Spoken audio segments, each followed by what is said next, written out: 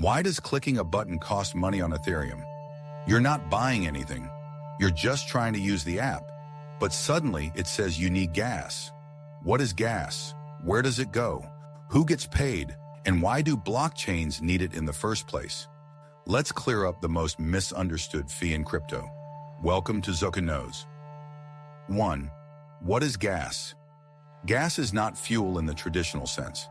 In crypto, gas is the unit that measures how much work a transaction takes. Just like a car needs fuel to drive, a blockchain needs gas to process actions. The more complex the action, the more gas it takes. On Ethereum, everything, sending tokens, minting NFTs, running contracts, requires gas. It's how the system measures effort. 2. Why blockchains need gas. Gas exists to protect the network. Without gas, someone could spam the chain with infinite loops or heavy calculations. Gas forces users to pay for what they use. It keeps resources fair. It prevents abuse. And it rewards the people who run the network. 3.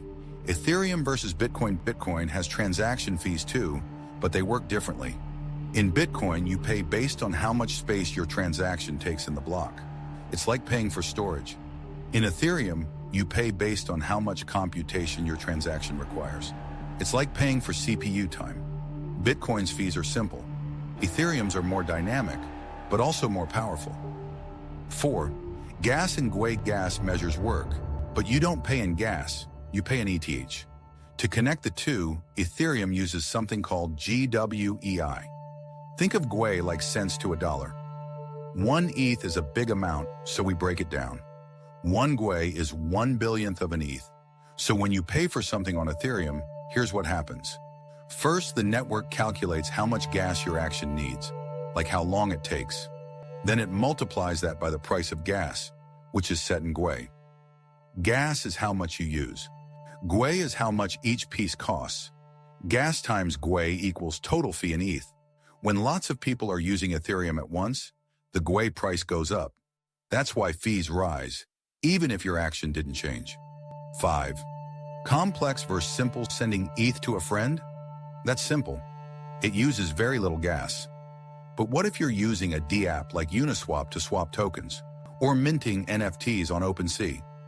Those use smart contracts, lots of logic and storage behind the scenes.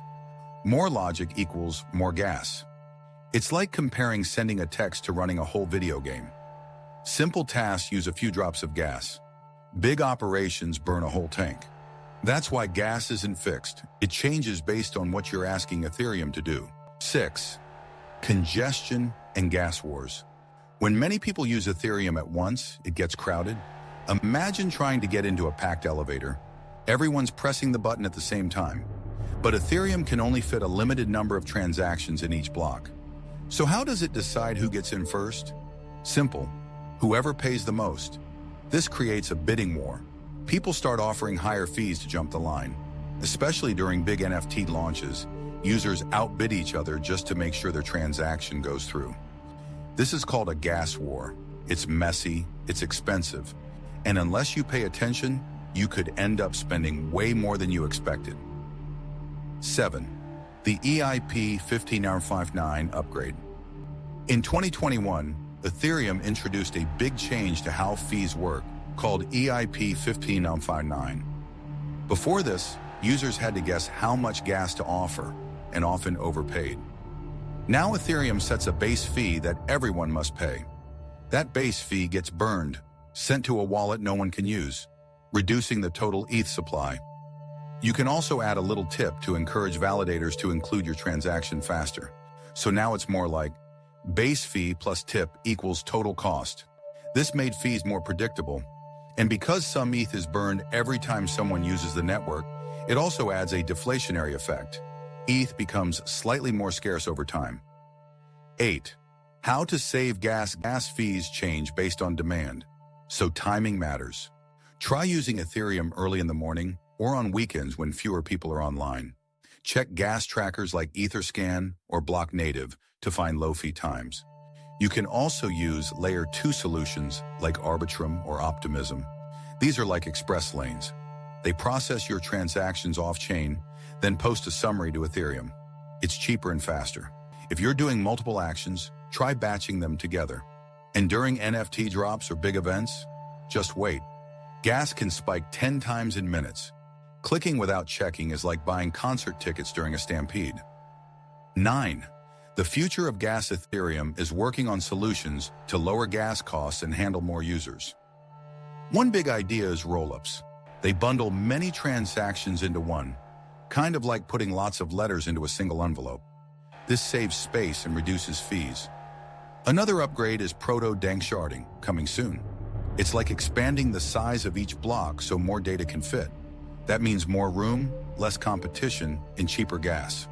Other chains like Solana or Avalanche use different methods, but Ethereum is leading the way in Layer 2, scaling and fee innovation.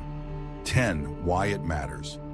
Gas seems annoying, but it's the price of a powerful system. It makes sure no one can flood the network with junk. It rewards honest participants who help keep the chain alive. And it teaches users to value the resources they consume. Gas isn't just a fee, it's a filter. It keeps Ethereum efficient and fair. If a blockchain is a shared computer, then gas is the meter that tracks usage. No gas, no accountability. And in decentralized systems, accountability is everything. As of 2025, Ethereum is already rolling out upgrades like proto-danksharding to drastically cut fees. Layer 2 networks like Arbitrum and Optimism are seeing wide adoption. The future of gas isn't about making it go away, it's about making it invisible. If this finally helped you understand what gas is, please subscribe to Zukkun Knows for more no BS crypto breakdowns.